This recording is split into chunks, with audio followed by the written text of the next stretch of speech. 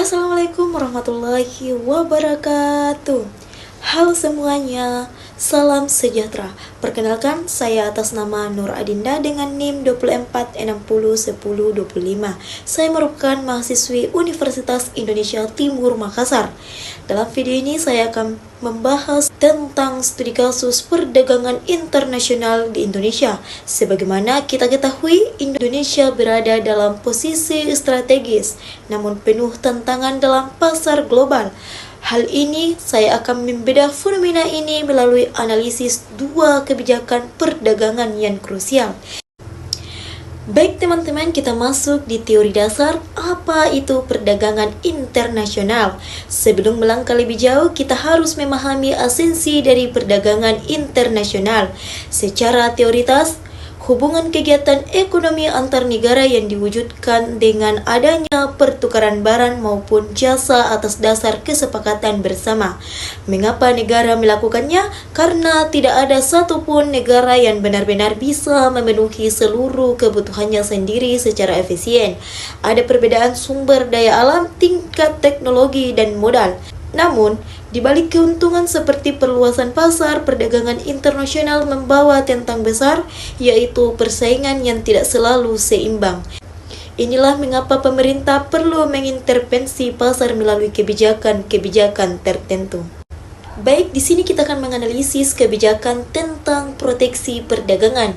Kebijakan pertama yang akan saya bahas adalah proteksi perdagangan.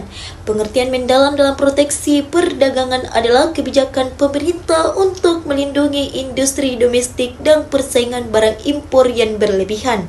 Tujuannya bukan untuk menutup diri dari dunia luar, melainkan untuk memberikan ruang nafas bagi pengusaha lokal agar tidak mati sebelum berkembang. Contoh nyata dari proteksi perdagangan yaitu salah satu bentuknya adalah tarif impor. Sebagaimana ilustrasi, bayangkan produk tekstil dari luar negeri masuk ke Indonesia dengan harga yang sangat murah karena biaya produksi di sana rendah. Jika pemerintah mendiamkan hal ini, pabrik tekstil di Jawa atau Sumatera bisa bangkrut. Maka pemerintah menetapkan tarif pajak masuk jika harga asli baju impor Rp50.000 dan dikenakan pajak 30%, harganya menjadi Rp65.000. Dengan begitu, produk lokal yang harganya Rp60.000 kembali kompetitif di mata konsumen. Di sini kita juga akan menganalisis kebijakan subsidi ekspor, yang dimana kebijakan kedua yang tidak kalah penting adalah subsidi ekspor. Jika proteksi bersifat bertahan, defensif, maka subsidi ekspor bersifat menyerang atau ofensif. Ini adalah bantuan finansial atau fasilitas dari pemerintah kepada eksportif agar harga jual produk kita di luar negeri menjadi lebih murah dan mampu bersaing dengan raksasa dunia. Contohnya, mari kita ambil contoh industri furnitur kayu atau batik. Pemerintah Indonesia seringkali memberikan subsidi berupa pemotongan pajak ekspor atau penyediaan bahan baku murah khusus untuk tujuan ekspor. Selain itu, ada program pelatihan desain bagi pengrajin agar produknya sesuai selera pasar Eropa.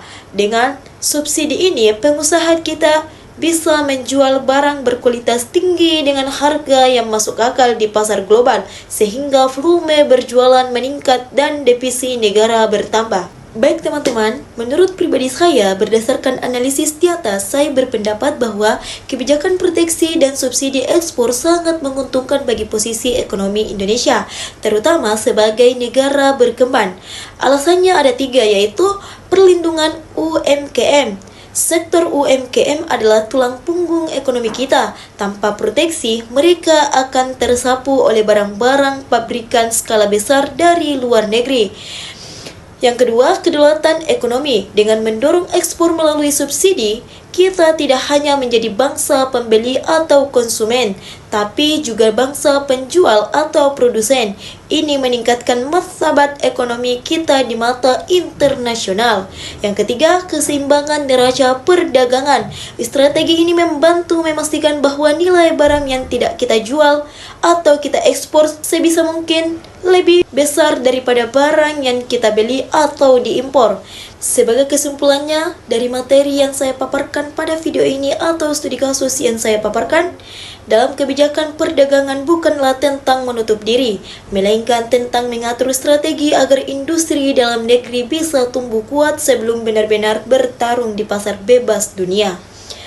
Penutup dari video saya, demikian penjelasan dari saya. Semoga melalui video singkat ini kita bisa lebih memahami betapa pentingnya peran kebijakan pemerintah dalam perdagangan internasional.